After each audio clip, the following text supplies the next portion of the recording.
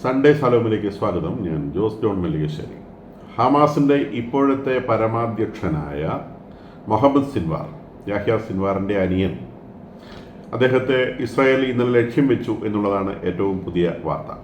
ഖാൻ യൂനിസിലെ, ഗാസയിലെ ഒരു സ്ഥലമാണ് ഖാൻ യൂനിസ് എന്ന് പറയുന്നത്. ഖാൻ യൂനിസിലെ ഒരു യൂറോപ്യൻ ഹോസ്പിറ്റലിൻ്റെ അണ്ടർഗ്രൗണ്ടിൽ ഹമാസിൻ്റെ കമാൻഡ് ആൻഡ് കൺട്രോൾ സെൻറ്റർ പ്രവർത്തിച്ചിരുന്നുവെന്നും ആ അണ്ടർഗ്രൗണ്ട് സെൻറ്ററിൽ ഈ മുഹമ്മദ് സിൻവാർ ഉണ്ടായിരുന്നു എന്ന വിവരത്തെ തുടർന്ന് ഇന്നലെ ഒരു വളരെ ഹെവി ആയിട്ടൊരു ആക്രമണം ഈ ഹോസ്പിറ്റലിൻ്റെ അണ്ടർഗ്രൗണ്ട് ഫെസിലിറ്റിക്ക് നേരെ ഇസ്രായേൽ നടത്തുകയുണ്ടായി എന്നുമാണ് വാർത്തകൾ പറയുന്നത്.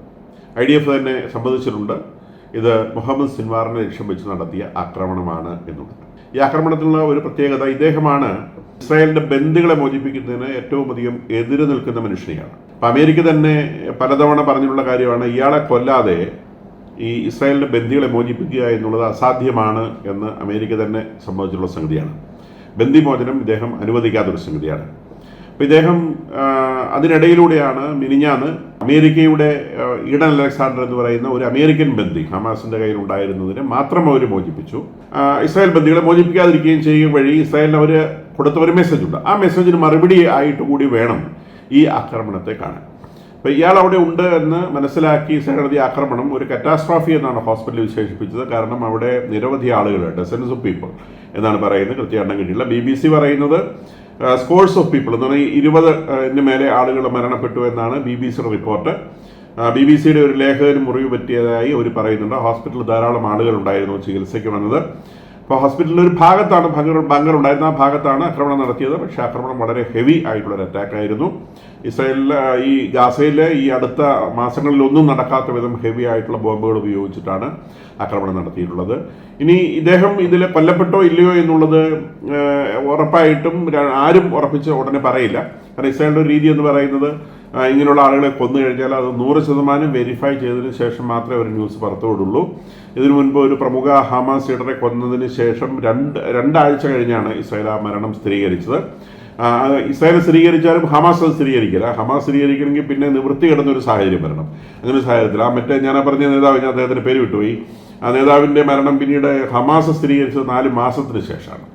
അപ്പോൾ ഇത് ഇദ്ദേഹം പെട്ടിട്ടുണ്ടാവാനാണ് സാധ്യത എന്ന് IDF പറയുന്നുണ്ട്. പക്ഷേ വാർത്തകൾക്ക് സ്ഥിരീകരണമില്ല. ഇസ്രായേൽ വളരെ പ്രിസൈസ് ആയിട്ടുള്ള അറ്റാക്കുകൾ നടത്തുന്നത്. കഴിഞ്ഞ ദിവസം ഒരു 2 ദിവസം മുൻപ് ഒരു ജേർണലിസ്റ്റ് വധിക്കപ്പെട്ടു എന്ന് പറഞ്ഞുകൊണ്ട് നമ്മൾ വാർത്ത കണ്ടിരുന്നു. അത് അദ്ദേഹത്തിൻ്റെ പേര് ഹസൻ ആലിഷ് എന്നാണ്. ഇദ്ദേഹം ഗാസയിൽ പ്രവർത്തിക്കുന്ന ഒരു ഫോട്ടോഗ്രാഫർ കം ജേർണലിസ്റ്റാണ്.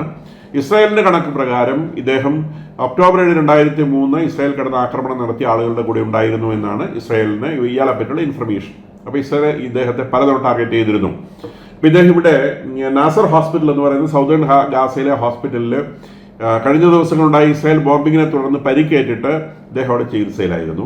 ഇദ്ദേഹം കിടന്നിരുന്ന ബെഡിൽ ഡ്രോൺ ഉപയോഗിച്ച് വളരെ പ്രിസൈസ് ആയിട്ടൊരു അറ്റാക്ക് ഇസ്രായേൽ നടത്തി ഇയാളെ കൊല്ലുകയാണ് ചെയ്തത്. അദ്ദേഹം എമർജൻസി വാർഡിൽ ബെഡിൽ കിടക്കുകയായിരുന്നു. ബെഡിൽ കിടന്നിടത്ത് ഡ്രോൺ ഉപയോഗിച്ചുള്ള ഒരു പ്രിസിഷൻ അറ്റാക്ക്, കൃത്യമായിട്ട് അയാളെ മാത്രം കൊല്ലുന്ന ഒരു അറ്റാക്കിൽ ഇസ്രായേൽ ആളെ വധിച്ചു കളയാണ് ചെയ്തത്. അപ്പം ഇങ്ങനെ ഇസ്രായേലിൻ്റെ പ്രോഗ്രാമുമായിട്ട് മുൻപോട്ട് പോകുന്നുണ്ട്.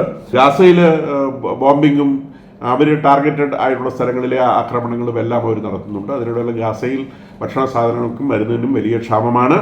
അത്തരം വിഷയങ്ങളെക്കുറിച്ചുള്ള തീരുമാനങ്ങൾ വരുന്നതേ ഉള്ളൂ. US ഇടപെടുമെന്നും തീരുമാനം ഉണ്ടാകും എന്നൊക്കെ പറഞ്ഞ വാർത്തകൾ നമ്മൾ കഴിഞ്ഞ വീഡിയോകളിലൊക്കെ ട്രാൻസ്ഫർ ചെയ്തിരുന്നു. അതിനൊന്നും തുടക്കമായിട്ടില്ല.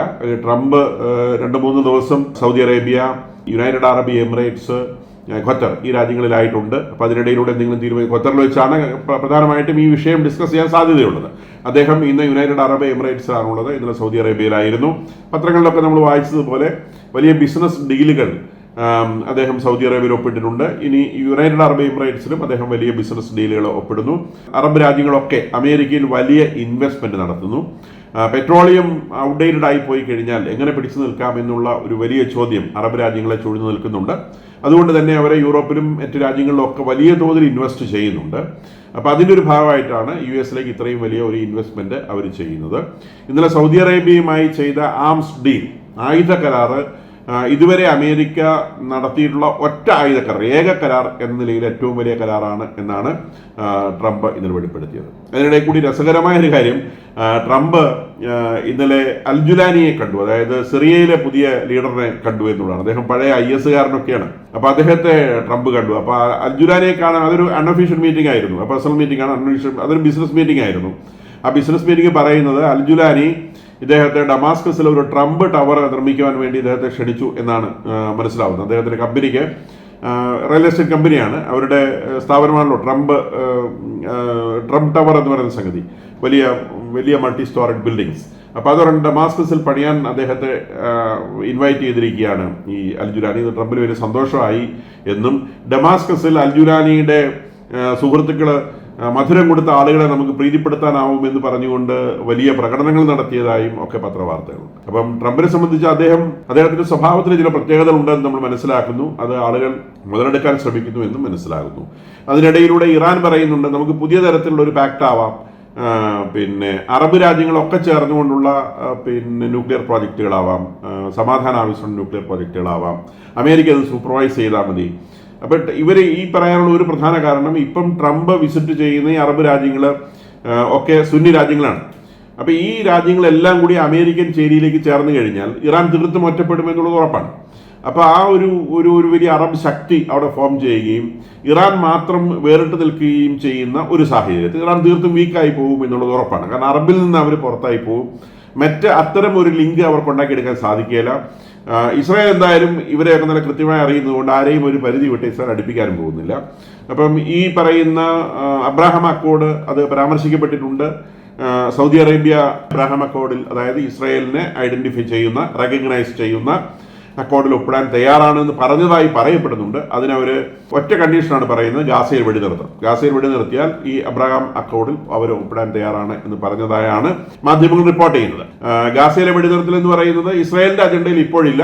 അത് ഏതെങ്കിലും തരത്തിൽ ഉരുത്തിരിഞ്ഞു വരുമോ എന്നറിയാൻ പാടില്ലാത്തൊരു കാര്യമാണ്. അപ്പൊ അങ്ങനെ വരുമ്പം തീർത്തും ഒറ്റപ്പെടാൻ സാധ്യതയുണ്ട് എന്ന് മനസ്സിലാക്കുന്ന ഇറാൻ, എന്നാൽ പിന്നെ അറബ് രാജ്യങ്ങളൊക്കെ ചേർന്നുകൊണ്ടുള്ള ഒരു ന്യൂക്ലിയർ പാക്ട് ആവാം, 2-3 അറബ് രാജ്യങ്ങളോട് ചേർന്നുകൊണ്ടുള്ള സമാധാന ആവശ്യത്തിനുള്ള ന്യൂക്ലിയർ പാക്ട് ആവാം, അമേരിക്കൻ ഇൻവെസ്റ്റ്മെന്റ് ആവാം, അമേരിക്കൻ കമ്പനികൾക്ക് ന്യൂക്ലിയർ പ്ലാന്റുകൾ റൺ ചെയ്യാം. ഇങ്ങനെയൊക്കെയുള്ള ഓഫറുകളാണ് അവർ ഈ ദിവസങ്ങളിൽ മുൻപോട്ട് വയ്ക്കുന്നത്. അപ്പൊ ഇവര് വാസ്തവത്തിൽ ഇത് ജിഹാദി പരിപാടി തന്നെയാണ്.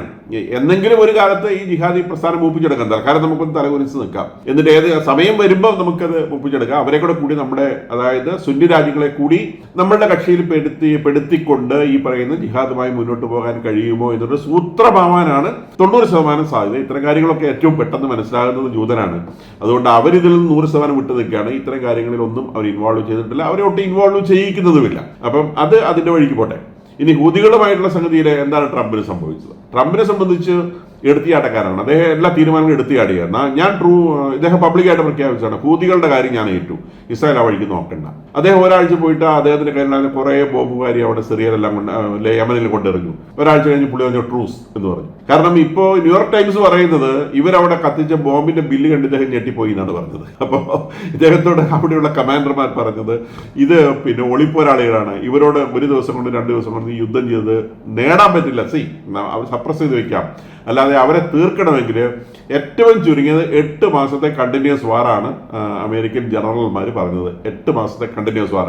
അങ്ങനെ 8 മാസത്തെ കണ്ടിന്യൂസ് വാർ കൊണ്ട് ഇവരുടെ വെപ്പൺസ് കംപ്ലീറ്റ് നശിപ്പിച്ച് കളയുകയും അത് കഴിഞ്ഞ് പുറത്തു വരുന്ന ഓരോരോ ഭീകരന്മാരെയായിട്ട് അല്ലെങ്കിൽ ഭീകര നേതാക്കന്മാരെയായിട്ട് വെടിവെച്ച് തീർക്കുകയും ചെയ്യാമെന്നുള്ളൊരു പ്ലാനാണ് അവരുടെ മുമ്പ് വെച്ചത്. വെടിവെച്ച് തീർക്കേണ്ട ആളുകളുടെ ലിസ്റ്റ് സൗദി അറേബ്യ ഇവർക്ക് പ്രൊവൈഡ് ചെയ്തു എന്നാണ് ന്യൂയോർക്ക് ടൈംസ് പറയുന്നത്. ഓരോന്നിനും തീർക്കേണ്ട രീതി. അപ്പൊ അതിന് കൃത്യമായൊരു മോഡലുണ്ട്. ആ മോഡൽ എന്ന് പറയുന്നത് ഇസ്രായേൽ ഹിസ്ബുള്ളയെ എങ്ങനെ തീർത്തു എന്നുള്ളതാണ് അതിന്റെ മോഡൽ എന്ന് പറഞ്ഞുകൊണ്ട് ഹിസ്ബുള്ളയെ തീർത്ത മോഡലും ഒരു വെച്ചിട്ടുണ്ട്. അപ്പൊ ഹിസ്ബുള്ളയെ തീർത്ത് ഒരു ദിവസം കൊണ്ടല്ല നമുക്കറിയാം, അത് ഒരു ലോങ് പ്രോസസ് ആയിരുന്നു. ആ പ്രോസസ്സിലാണ് ഹിസ്ബുള്ളയെ തീർത്ത് വെച്ചത്. ഇപ്പോഴും അവർ ഹൈലി വിജിലന്റ് ആണ്. ലെബനോണിൽ എവിടെയെങ്കിലും ഹിസ്ബുള്ള തലമുക്കിന്റെ ആ സമയത്ത് അവന്റെ പത്തിക്കിട്ടടിക്കും.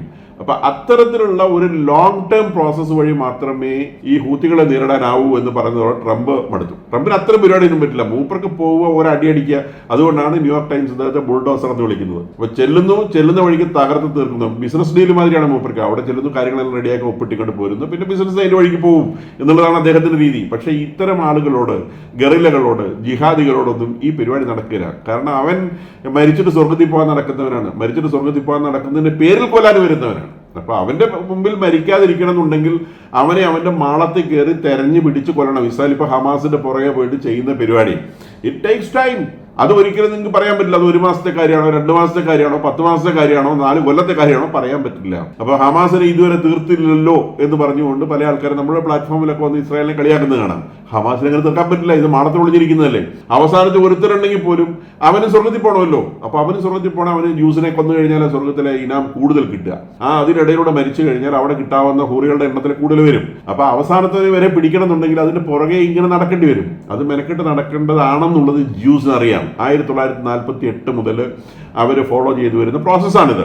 അല്ലാതെ ട്രംപ് ചെയ്യുന്നത് പോലെ ഒറ്റയടിക്ക് പോയിട്ട് പിന്നെ എല്ലാം കൂടെ അങ്ങ് അടിച്ചു തീർത്ത് പോരാൻ പറ്റും എന്ന് വിചാരിക്കുന്ന ഒരു കാര്യം നടപ്പില്ല. ഇത് വളരെ പ്രൊലോങ്ഡ് ആയിട്ടൊരു പ്രോസസ്സാണ്. ട്രംപ് വളരെ മണി കോൺഷ്യസ് ആണ്. അദ്ദേഹം പണം സ്പെൻഡ് ചെയ്യുന്ന ഒരു പരിപാടിക്ക് അദ്ദേഹം നിൽക്കില്ല. അമേരിക്ക ലാഭമാണ്, അമേരിക്ക ഫസ്റ്റ്, അമേരിക്ക ലാഭം ഉണ്ടാകുന്ന കാര്യങ്ങൾ മാത്രമേ അദ്ദേഹം ചെയ്യുള്ളൂ. തീർച്ചയായിട്ടും വാർ എന്നൊക്കെ പറയുന്നത് ലോങ് ടേം പ്രോസസ്സുകളാണ്, വലിയ നഷ്ടം ഉണ്ടാക്കുന്ന സംഗതിയാണ്. അപ്പൊ അതുകൊണ്ട് തന്നെ അദ്ദേഹം ഒരു വാറിൽ പോയിട്ട് ചാടാൻ വലിയ മടുപ്പുള്ള ആളാണ്. അപ്പൊ അതുകൊണ്ടാണ് അദ്ദേഹം ഹൂതികളുമായിട്ടുള്ള പ്രശ്നം താൽക്കാലികമായിട്ട് അദ്ദേഹം അവസാനിപ്പിച്ചത്. പക്ഷെ അദ്ദേഹം അതിനകത്തൊരു ബുദ്ധി കാണിച്ചു. ഇസ്രായേലിനെ അതിനകത്ത് പിടിച്ചിട്ടില്ല. അപ്പൊ ഇസ്രായേലിനെ അതിനകത്ത് പിടിച്ചിടാത്തത് കൊണ്ട് തീർച്ചയായിട്ടും ട്രംപിന് എന്തെങ്കിലും ചെയ്യണമെങ്കിൽ ഇസ്രായേൽ വഴി ഇവരെ ചെയ്യാൻ പറ്റും. ഇസ്രായേൽ അത് സന്തോഷത്തോടെ ചെയ്തോളും. കാരണം ഹൂതികൾ എന്ന് പറയുന്നത് അവരുടെ ഒന്നാമത്തെ എനിമി ഇസ്രായേലാണ്. Death to America, death to Israel, death to all Jews എന്നുള്ളതാണ് അവരുടെ മുദ്രാവാക്യമെങ്കിലും തൽക്കാലം ഡെത്ത് ടു അമേരിക്ക എന്നുള്ള അവർ മാറ്റി വെച്ചിരിക്കുകയാണ് എന്നാണ് അവർ പറയുന്നത്. ഇപ്പോൾ death to Israel and death to all Jews എന്നുള്ള ഒരു സിംഗിൾ മുദ്രാവാക്യത്തിലാണ് അവർ മുന്നോട്ട് പോകുന്നതെന്നാണ് അവർ അവകാശപ്പെടുന്നത്. അപ്പോൾ അത് ആ വഴിക്ക് നീങ്ങുന്നു. ട്രംപിന്റെ വിസിറ്റ് 3 ദിവസം കഴിയുമ്പോൾ മാത്രമാണ് ഇതിന്റെ അൾട്ടിമേറ്റ് റിസൾട്ട് എന്താണെന്ന് മനസ്സിലാക്കാൻ പറ്റുക. ഇത് തീർച്ചയായിട്ടും ഇതിനൊരു ഗാസ ഇമ്പാക്ട് ഉണ്ടാവും എന്നുള്ളത് ഉറപ്പാണ്. ആ ഗാസ ഇമ്പാക്ട് എന്താണ് എന്നുള്ളത് ഈ 3 ദിവസത്തിന് ശേഷമേ മനസ്സിലാവുള്ളൂ. പ്രധാനമായിട്ടും നാളെയാണ് അത്തരം കാര്യങ്ങളെ പറ്റി ചർച്ച വരാൻ സാധ്യത. കാരണം അത് നാളെയാണ് ഇദ്ദേഹം ഖത്തറിൽ പോകുന്നത്. ഖത്തറാണ് ഇതിന്റെയൊക്കെ ഏജൻസി ആയിട്ട് വർക്ക് ചെയ്യുന്നത്. അതിനിടയിലൂടെ ഖത്തർ ഇദ്ദേഹത്തിന് ഒരു വിമാന സമ്മാനം കൊടുക്കാമെന്ന് പറഞ്ഞു. കിട്ടുന്ന ഒരു സമ്മാനം പോരട്ടെ എന്ന് അദ്ദേഹം പറഞ്ഞതായിട്ട് കേൾക്കുന്നുണ്ട്. ഒരു ജിഹാദി രാജ്യത്ത് നിന്ന് ഒരു സമ്മാനം വാങ്ങിക്കുന്നതിനെ സംബന്ധിച്ച് വലിയ ക്രിറ്റിസിസം ലോകത്തിലെ എല്ലായിടത്തും ഉയരുന്നുണ്ട് എന്നുള്ളത് അതിന്റെ വേറൊരു വശമാണ്. അപ്പം അത് അദ്ദേഹം തീരുമാനിക്കട്ടെ. ഇനി ചൈനയുമായിട്ടുള്ള അദ്ദേഹത്തിന്റെ വിഷയം, എല്ലാ രാജ്യങ്ങൾക്കും അദ്ദേഹം ടാക്സ് പ്രഖ്യാപിച്ചു, അദ്ദേഹം തന്നെ ടാക്സ് കുറച്ചു. നിശ്ചയമായിട്ടും ഇത് ഇദ്ദേഹത്തിന് എടുത്തുചാട്ടമാണെന്നുള്ളത് ഭയങ്കര ഉറപ്പായിട്ടുള്ള സംഗതിയാണ്. ഈ രാജ്യങ്ങൾക്ക് ഇപ്പൊ ചൈനയിൽ നിന്നാണെങ്കിൽ ഏകദേശം $500 ബില്യൺ സാധനങ്ങൾ അമേരിക്ക ചൈനയിൽ നിന്ന് ഇറക്കുമതി ചെയ്യുന്നുണ്ട്. ഈ സാധനങ്ങളൊന്നും ആവശ്യമില്ലാഞ്ഞിട്ടല്ലല്ലോ ഇറക്കുമതി ചെയ്യുന്നത്, വളരെ അത്യാവശ്യമുള്ള സാധനങ്ങൾ ആയതുകൊണ്ടല്ലേ ഇറക്കുമതി ചെയ്യുന്നത്. അതിന് അദ്ദേഹം വലിയ താരിഫ് പ്രഖ്യാപിക്കുന്നു പറഞ്ഞാൽ നാളെ മുതൽ ആ സാധനം വരില്ല എന്നർത്ഥം. അത് വന്നില്ല അമേരിക്ക പിടിച്ചു നിൽക്കാൻ പറ്റും. എന്താലോചിച്ചിട്ടാണ് ഇത്തരം തീരുമാനം എടുക്കുന്നതെന്ന് അറിയാൻ പാടില്ല. $150 ബില്യൺ സാധനങ്ങൾ ചൈന അമേരിക്കയിൽ നിന്നും അങ്ങോട്ട് വാങ്ങുന്നുണ്ട് എന്ന് പറഞ്ഞാൽ വലിയ ബിസിനസ് ഡെഫിസിറ്റ് ആണ്. അതാണ് ട്രംപിന് ബുദ്ധിമുട്ടുണ്ടാകുന്ന കാര്യം. $350 ബില്യൺ ബിസിനസ് ഡെഫിസിറ്റ് ആണ് ചൈനയും അമേരിക്കയും തമ്മിലുള്ള ബിസിനസ്സിൽ വരുന്നത്. അമേരിക്ക ടോട്ടൽ ബിസിനസ്സിൽ ഏകദേശം 16% ചൈനയുമായിട്ടാണ്. ഏറ്റവും വലിയ ബിസിനസ് പാർട്ണറാണ്. അപ്പൊ ഇതിൽ ഈ റയർ എർത്ത് എന്ന് പറയുന്ന സാധനങ്ങൾ അത് ചൈനയിൽ മാത്രമുള്ള സാധനമാണ്, വേറെ എവിടെ കിട്ടില്ല. റയർ എർത്ത് എന്ന് പറയുന്നത് ഇപ്പൊ അവൈലബിൾ ആയിട്ടുള്ളത് ചൈനയിൽ മാത്രമാണ്. റയർ എർത്ത് ഇല്ലാതെ ഇലക്ട്രിക് കാറുകളുടെ പ്രൊഡക്ഷൻ നടക്കില്ല. ചൈനയുടെ അമേരിക്കയുടെ അല്ലെങ്കിൽ ട്രംപിന്റെ ഏറ്റവും വലിയ ക്ലോസസ്റ്റ് ഫ്രണ്ട് ഉണ്ടല്ലോ എലോൺ മസ്ക്. ഈ എലോൺ മസ്കിന്റെ ബിസിനസ് നടക്കണമെങ്കിൽ റയർ എർത്ത് അവിടെ ചെല്ലണം. ആ ബാറ്ററി കണ്ടന്റ് ആണ് സാധനം. അപ്പൊ അത് കിട്ടില്ല എന്ന് വന്നു കഴിഞ്ഞാൽ കാര്യം നടക്കില്ല. അത് കണ്ടപ്പോഴാണ് തന്നെ താഴോട്ട് പോകുന്നത്. ഈ പറയുന്ന ടാക്സ് കുറച്ച് താഴോട്ട് പോകുന്നു. ഇദ്ദേഹം എന്താ ആലോചിച്ചുകൊണ്ടാണ് ടാക്സ് കൂട്ടിയത്? അപ്പൊ എടുത്തുചാട്ടങ്ങൾ ധാരാളം ഇദ്ദേഹത്തിന്റെ ഭാഗത്ത് നിന്ന് വരുന്നു എന്നുള്ളത് അമേരിക്കയ്ക്ക് ദീർഘകാലത്തിൽ ഗുണം ചെയ്യുമോ ദോഷം ചെയ്യുമോ എന്നുള്ളത് കണ്ടറിയണം. ജോ ബൈഡൻ ഒരു കാലഘട്ടം അമേരിക്കയെ സംബന്ധിച്ചൊരു ഡെത്ത് പീരീഡ് ആയിരുന്നു. ഒരു ചേഞ്ച് ഉണ്ടാക്കാൻ ജോ ബൈഡന് സാധിച്ചില്ല. ട്രംപ് വലിയ പ്രതീക്ഷയുമായിട്ട് വന്ന പ്രസിഡന്റാണ്. അപ്പൊ ഇദ്ദേഹം വലിയ നേട്ടങ്ങൾ ഉണ്ടാക്കുമെന്നാണ് പ്രതീക്ഷിച്ചത്. പക്ഷേ ഇദ്ദേഹത്തിന്റെ സ്വഭാവത്തിലെ ഈ വൈകല്യം അമേരിക്ക ഗുണം ചെയ്യുമോ ദോഷം ചെയ്യുമോ എന്നുള്ളത് ഇദ്ദേഹത്തിന്റെ കാലഘട്ടം കഴിഞ്ഞാൽ മാത്രമേ പറയാൻ സാധിക്കുകയുള്ളൂ എന്ന് പറയേണ്ടി വരും.